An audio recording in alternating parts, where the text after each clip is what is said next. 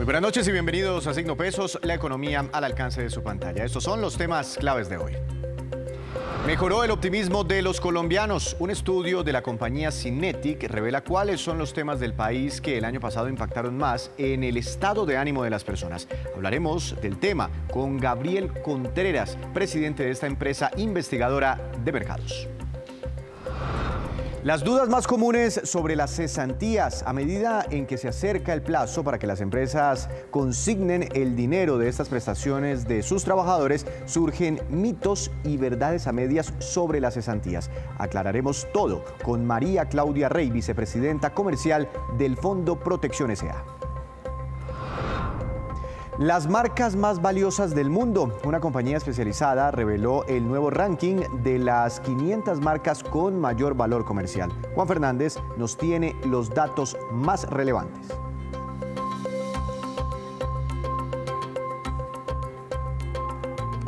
Comenzamos esta emisión hablando de un estudio muy interesante que realiza la compañía de investigaciones de mercado Cinetic en torno al estado de ánimo de los colombianos y las circunstancias que más lo impactan. Doctor Gabriel Contreras, presidente de Cinetic, buenas noches, bienvenido a Signo Pesos, ¿cómo le ha ido? ¿Qué tal? Buenas noches, un saludo para toda la audiencia. Doctor Contreras, ¿cómo realizan ustedes ese estudio? ¿Qué elementos tienen en cuenta y cada cuánto lo están actualizando? El estudio obedece a un observatorio que llamamos Pulso de Consumidor de Cinetic. Es un estudio que se realiza desde el 2018, levantamientos de medición mensual, integrando diferentes fuentes. Son más o menos de 3.000 encuestas que se realizan en las 7 principales ciudades del país. De igual forma se toma información proveniente de redes sociales, buscadores, blogs y medios con el objetivo de tener igual de la perspectiva digital. ¿Y cómo percibieron ustedes el ánimo de los colombianos el año pasado? Un año mejor que el 2020 en términos económicos. Las personas, las familias fueron más optimistas, más pesimistas. ¿Qué encontraron? En el paso del 2020 al 2021 encontramos un incremento en el pesimismo cercano al 42%. Es decir, justamente a pesar de que fue un buen año el 2020, digamos, terminó el año relativamente bien, pues era esperarse por pandemia un poco que la gente estuviera pesimista. Y ese pesimismo pues se dio en parte por la incertidumbre económica y el no tener claridad sobre aspectos futuros como empleo, salario, condiciones laborales y condiciones de clima país. En el cambio de 2021 a 2022, lo que estamos observando es que incrementa el optimismo más o menos en un 13% y las poblaciones pesimistas se mantienen iguales. Es decir, la proporción de pesimistas se mantiene más o menos en un 40% de año a año, pero los optimistas crecen más o menos un 13%. Entiendo. La variable economía en términos generales, ¿qué tanto pesa a la hora de definir si una persona está optimista o está pesimista? ¿Tiene un gran peso la percepción económica o tienen más pesos otras variables? No sé, la inseguridad, la violencia, que gane la selección Colombia, etcétera.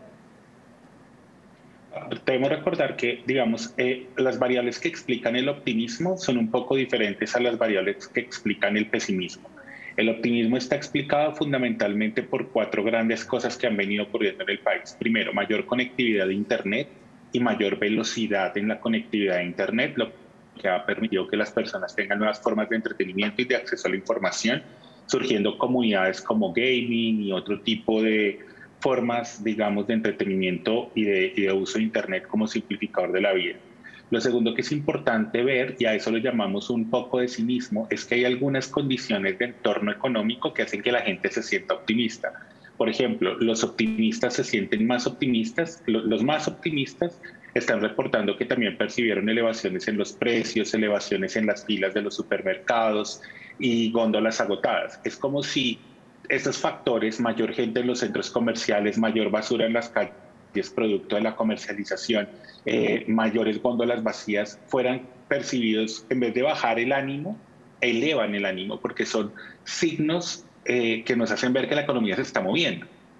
Entonces, por eso lo llamamos un poco cinismo económico. Es curioso que esos factores que realmente no son de buena experiencia, entrar a un salón, un centro comercial que esté lleno, hacer filas para comprar, no encontrar el producto que uno está buscando, pues realmente por lo general deberían bajar el optimismo, pero lo que estamos viendo es que la gente más optimista percibe este tipo de factores.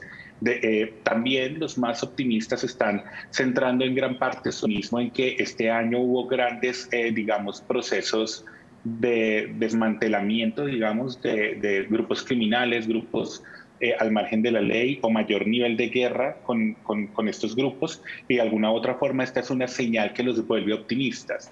Lo curioso es que el estudio está revelando que como cultura parece que esos signos que realmente son reprochables, que desde las escalas internacionales nos hacen ver eventualmente mal, parece que son elevadores de optimismo porque detrás de la basura hay movimiento económico, detrás de un producto agotado en la góndola hay consumidores que lo están comprando, detrás de una fila larga hay gente con capacidad de compra. Claro. Entonces, pareciera que todos esos signos negativos la gente los ve medio, con el vaso medio lleno en vez de verlos como medio vacíos. Pero me llama mucho la atención lo que usted habla sobre el Internet. ¿Por qué no me cuenta de pronto más detalles? Porque esa sí no la teníamos como en el radar, ¿no? Que el Internet fuera un factor de pesimismo o de optimismo en nuestro país. En la medida en la que crece el acceso a Internet, más personas tienen acceso a información y desarrollan nuevos hábitos de entretenimiento. En ese orden de ideas se eleva, digamos, la exposición a factores que pueden generar placer y por lo tanto mayor optimismo. De alguna u otra manera, el hecho de, digamos, las personas que están menos conectadas a Internet tienden a ser más pesimistas, por ejemplo, o aquellos que tienen menor nivel de conexión móvil o menor nivel de conexión de banda ancha también son más pesimistas.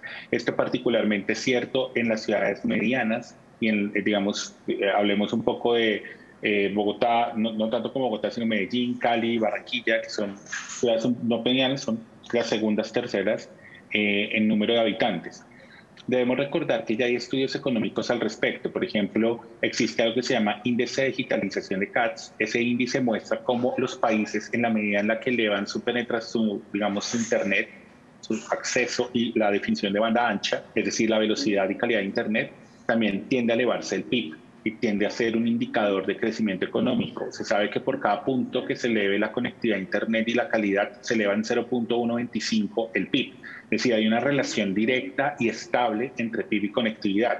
Y el PIB también está atado a la felicidad de los países. Entonces, a mayor PIB, mayor felicidad. Entonces, no es de esperar que la gente más optimista se ve más conectada con mayor velocidad de Internet y los más pesimistas, por el contrario, tienen menor nivel de acceso y menor nivel de calidad de Internet. No, y ya entiendo por qué muchos se deprimen tanto cuando, por ejemplo, se quedan sin Internet en la casa un día. Eso genera frustración. Está muy interesante el estudio, pero digamos, un mayor nivel de optimismo genera también un mayor consumo, genera un impacto real sobre el consumo de los hogares. El optimismo es una variable de desarrollo económico que tiene un impacto directo sobre la economía por 4 principales razones. Primero, la gente más optimista, en efecto, tiene mayor sensibilidad a invertir y a gastar. Eso implica que van a adoptar nuevos lanzamientos con mayor velocidad que los pesimistas, también implica que de alguna u otra forma van a ser menos sensibles a los cambios abruptos que puedan haber en los precios. También está, digamos, ese es el primer impacto. Entonces, digamos, un crecimiento en el optimismo apertura los bolsillos en la economía doméstica un poco para aceptar nuevos lanzamientos, nuevas marcas, nuevas propuestas de mercado. Y también el optimismo, digamos, hace que la gente sea menos vulnerable a factores sociales y económicos que puedan derribar la confianza del consumidor, como por ejemplo temas como la tasa de cambio y la devaluación del peso, o temas como la crisis de los contenedores que nos está llevando a ver escasez y agotados en diferentes productos y materias primas. Pues ese tipo de factores se perciben con mejor fuerza y la gente puede tener mayor resiliencia para superar esos problemas que nos impone la economía y la sociedad. Nosotros aquí le hacemos mucho seguimiento al índice de confianza de Fedesarrollo. Ahorita el DANE también está publicando uno muy interesante y vimos cómo cuando llega la pandemia ese indicador se desplomó inmediatamente. Por supuesto, entendible el pánico, el temor a contagiarse de COVID-19. En este momento, la pandemia, este virus es factor de preocupación entre las personas o hay otros factores más relevantes como la economía, como la violencia?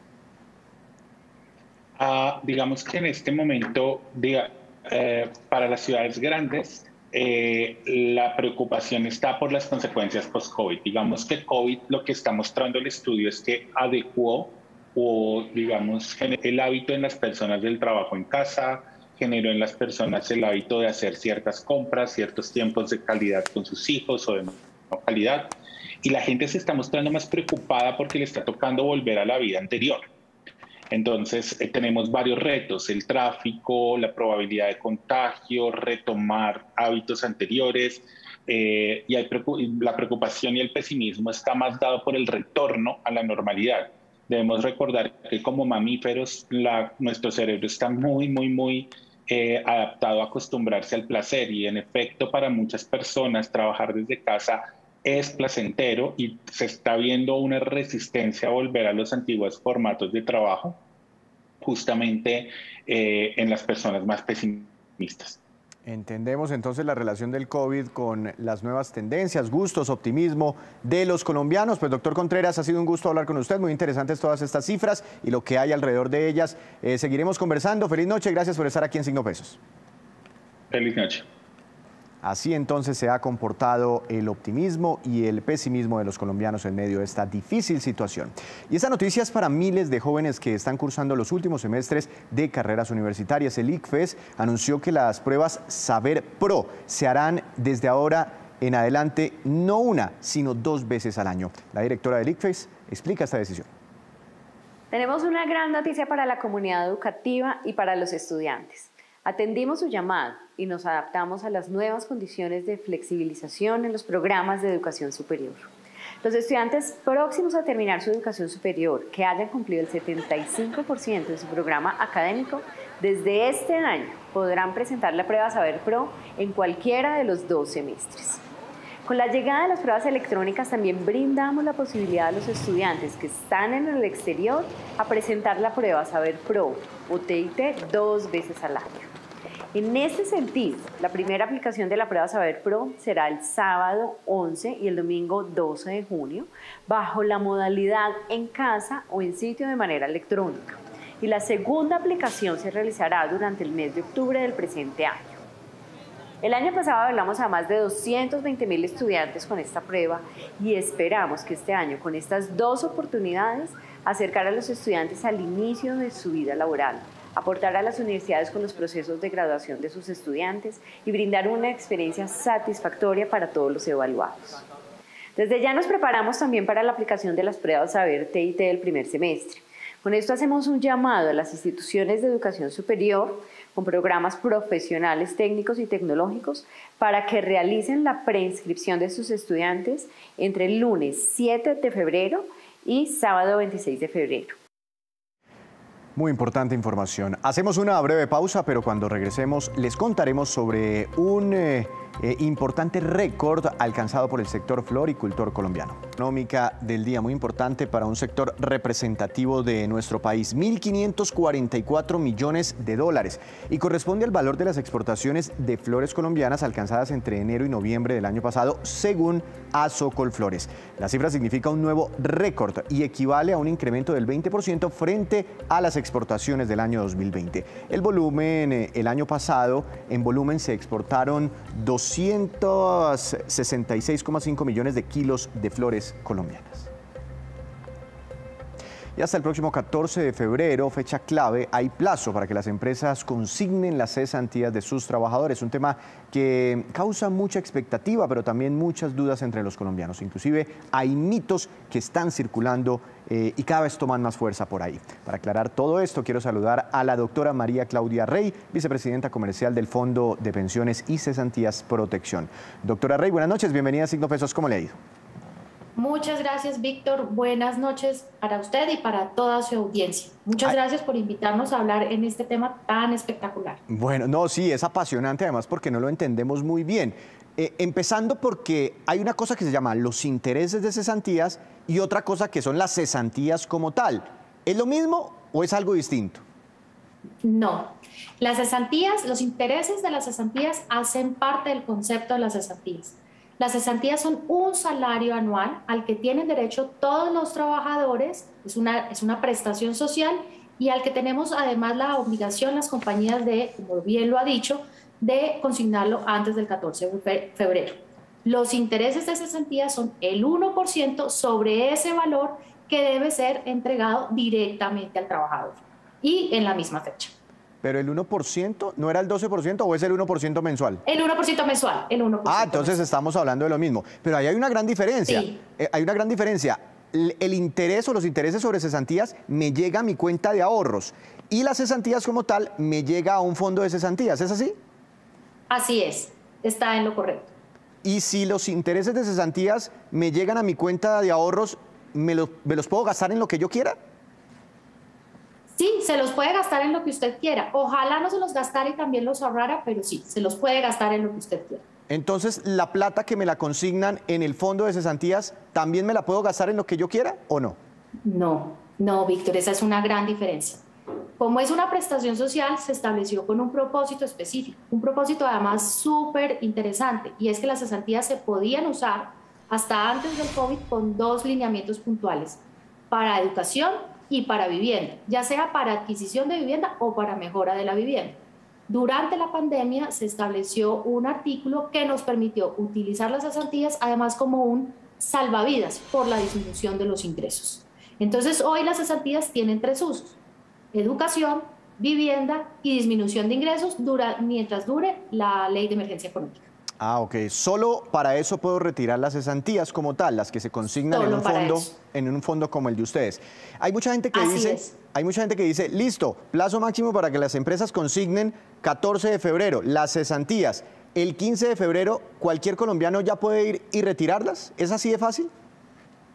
Sí, si se las consignaron, sí, evidentemente sí. Hay un plazo máximo que es 14 de febrero, que este año es un lunes, cae un lunes, ahí le voy dejando la fecha, lunes 14 de febrero del 2022, pero las compañías a veces por temas de nómina o por temas se corren unos pocos días. Lo importante es que el empleado garantice o certifique que las cesantías le fueron consignadas, y eso lo hace directamente la empresa cuando le entrega su consignación o el soporte de la misma, o cuando lo ve en su extracto del fondo de pensiones. Claro, mejor dicho, yo no puedo ir allá y tocar la puerta de ustedes, protección, venga, deme mis cesantías, sino que debo llevar como unos documentos dependiendo que certifiquen que las necesito para esas cosas, o para educación, para vivienda, o porque estoy desempleado. Ahora, sobre vivienda hay unos mitos, y es que mucha gente se inventa que algún trabajador les está haciendo una reparación en la casa, llevan documentos aparentemente falsos. ¿Eso ocurre realmente? ¿Qué pasa si alguien hace eso y lo pillan?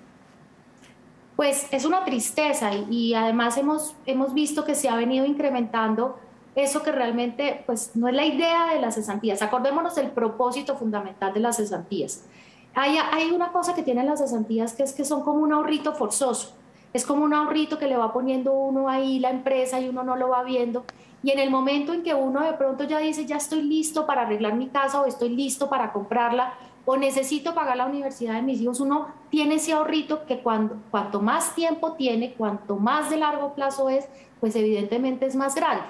Entonces, cuando las personas dicen, bueno, yo necesito esta plática urgentemente y voy a decir que voy a hacer algo en la casa, pues la verdad no se están haciendo un favor, porque están gastándose ese ahorrito de propósito de largo plazo de construcción de familia, porque es que la casa es para todos y la educación de los hijos es para ellos o para uno mismo. Pues se están haciendo un daño, y eso es lo que no deberíamos tratar de hacer. Debemos recordar cuál es el propósito con el cual nos están poniendo ahí esa plática para tenerla guardada en ese ahorro tan maravilloso que son las cesantías. Y si lo pillan, que era mi otra pregunta, ¿sanciones para el mentiroso? Si lo pillan, hay sanciones para el mentiroso, sí. Uno puede decir, las compañías de hecho pueden decir que hay un fraude, porque cuando yo soy empleado, el único que puede certificar que se retiren las cesantías es mi empleador.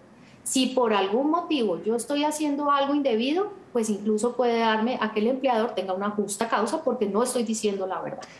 Usted nos explicaba que las cesantías como tal, no los intereses, sino las cesantías como tal que van a un fondo como el de ustedes, se pueden retirar también para educación, para cualquier tipo de curso o solo carreras profesionales, técnicas. ¿Cómo puedo utilizar esos recursos si quiero, digamos, tener una plática para seguir procesos de educación? Es sobre todo para cuando yo hago giros a entidades que están vigiladas por el Ministerio de Educación.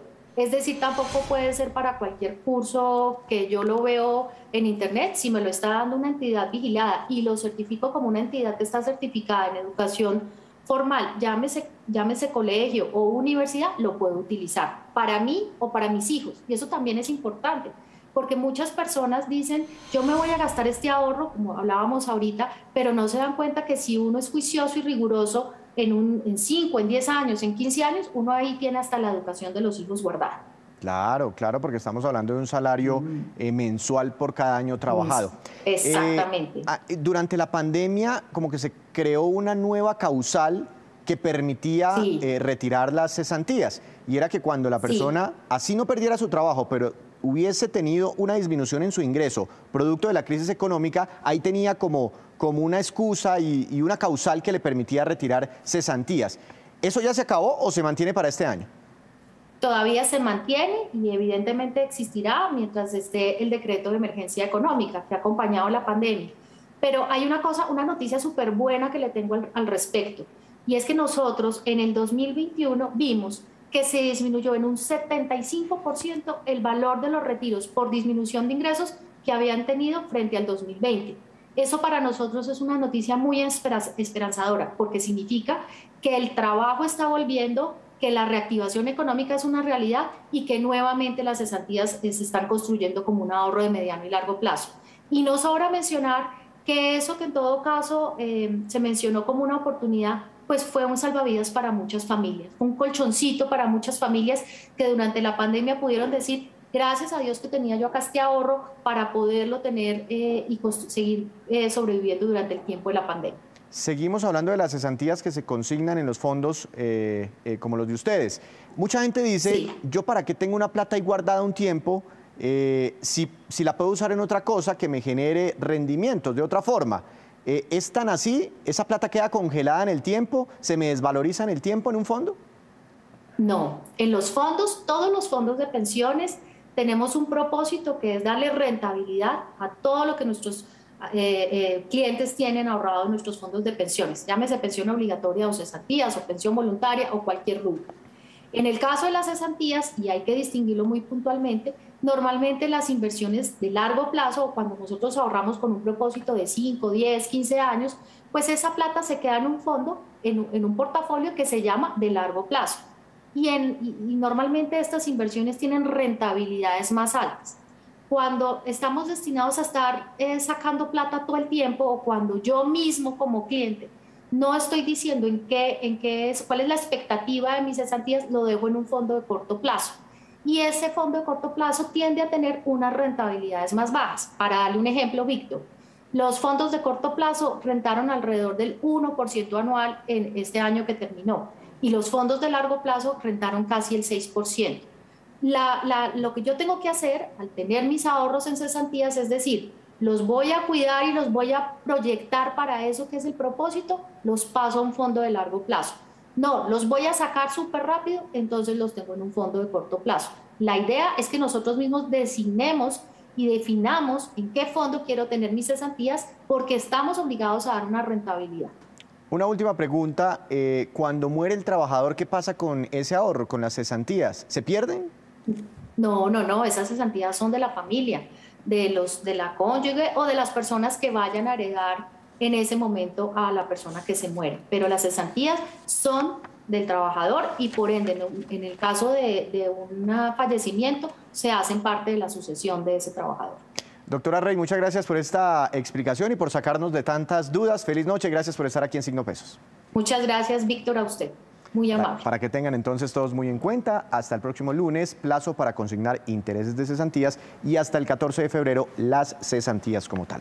Hacemos una breve pausa, otra pausa, pero ya les contaremos datos sobre miles de vacantes que tiene una importante compañía de selección de personal. Ya volvemos. Regresamos a Signo Pesos. Tras un proceso de selección, el Ministerio de Transporte adjudicó 3 nuevas rutas de transporte intermunicipal aquí cerca a Bogotá, en el departamento de Cundinamarca. El viceministro de Transporte, Camilo Pavón, entrega todos los detalles. Veamos. Tras ser adjudicadas las 3 rutas intermunicipales en el departamento de Cundinamarca, Nemocón-Chía, Nemocón-Cogua y Chía-Sopó, a la Cooperativa de Transporte Nacional de Carretera, en el marco del concurso CRMT 001 del 2021, el Ministerio de Transporte informa la puesta en operación de estas rutas con una frecuencia diaria. Nuestro compromiso en este gobierno siempre ha sido llevar las mejores condiciones de movilidad a todos los colombianos, y con la puesta en operación de estas 3 rutas y los diversos procesos que venimos adelantando en esta materia, estamos mostrándole al país, con hechos, que estamos cumpliendo. Con estas nuevas rutas se benefician alrededor de 350.000 personas que viven o trabajan en la sabana de Bogotá, contribuyendo de este modo con la reactivación económica del sector y además reduciendo la informalidad en estas rutas, también brindando opciones de transporte a la ciudadanía. El valor de muchas empresas no está solo en sus instalaciones físicas, su maquinaria o en lo que venden. La marca también es un activo supremamente valioso. De ese tema nos habla esta noche Juan Fernández. Bienvenido, Juan. Adelante. Buenas noches. Brand Finance, que cada año hace su escalafón de las 500 marcas más valiosas del mundo, está revelando sus últimos resultados. Como primera novedad, la red social TikTok se ubica como la marca de más rápido crecimiento del mundo. Creció un 215%, con lo que el valor de esa marca ha aumentado de 18.700 millones de dólares en 2021 a 59.000 millones de dólares este año y se ubica en el lugar número 18. Sobre el escalafón, en su orden, primero Apple, que es la marca más valiosa del mundo con una valoración récord de más de 355.000 millones de dólares. La compañía tuvo un 2021 destacado y a principios de este año fue la primera empresa en alcanzar una valoración de mercado de 3 billones de dólares. En el segundo lugar, Amazon, con un valor de marca de 350.000 millones de dólares. Dice el reporte que Amazon considera la logística como clave, desarrollando su propia cadena de suministro de extremo a extremo a través de una creciente flota de camiones, furgonetas y aviones. A lo largo de 2020 y 2021, la marca ha invertido unos 80.000 millones de dólares en su división logística. Juan, ¿y cuáles son esos otros primeros lugares dentro de este muy interesante escalafón? Mire, en el tercer lugar, Google con 263.000 millones de dólares. Cuarto lugar, Microsoft, 184.000 millones de dólares. Y quinto, los supermercados Walmart con 111.000 millones de dólares. Otras marcas como Toyota, por ejemplo, número 12 con un valor de 64.000 millones de dólares. O Mercedes-Benz con 60.000 millones de dólares en el lugar número 15.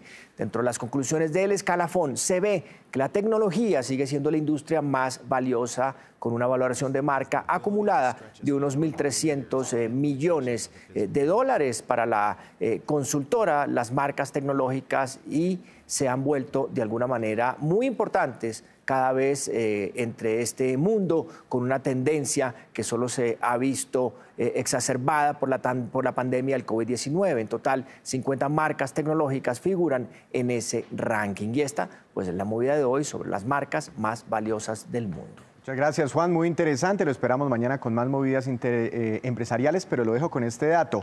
El PIB colombiano en dólares es de unos 240.000 millones de dólares, así que muchas de estas marcas superan el valor, el tamaño de nuestra economía. Ahora vamos con estos que son los indicadores económicos que usted debe conocer antes de irse a dormir. Dólar, tasa representativa del mercado para mañana. Día de Reserva Federal, mantuvo estables las tasas de interés. TRM, 3.947 pesos con 83 centavos, bajó cerca de 40 pesos, aunque la Reserva Federal dice que por allá en marzo, en abril, seguramente subirá sus tasas de interés. El petróleo de referencia Brent para Colombia subió, se recuperó 1,66%. De hecho, fue protagonista porque por momentos alcanzó los $90 por barril. Después del año 2014 no se conseguía ese nivel, aunque al final cerró un poquitico por debajo de ese precio. El café colombiano bajó y quedó en promedio para mañana a 2.139.000 pesos por carga. Índice MSCI Colcap de la Bolsa de Valores de Colombia cayó 0,34%. Estaba subiendo primero, después de los anuncios de la Reserva Federal, cambio de tendencia. Acción ganadora con Concreto tuvo un incremento de 3,96%. Acción que más cayó, Banco de Bogotá, retroceso de 2,28%. Antes de despedirnos, los quiero dejar con este dato. La multinacional de recursos humanos y selección de personal Adecco anunció que tiene disponibles 6.000 vacantes en todo el país. Solamente en Bogotá y sus alrededores hay 2.700 empleos disponibles. Los puestos de trabajo se distribuyen en 11 actividades económicas principalmente, entre ellas servicios administrativos, financieros, en el comercio y también en la construcción. Para ver más detalles e inscribirse y aplicar a estas vacantes, puede ingresar a la siguiente página, adecco.com.co. Así terminamos por hoy, pero los esperamos mañana con una nueva emisión y toda la información económica que usted necesita saber. Esto es Signo Pesos, la economía al alcance de su pantalla. Que tenga una feliz noche.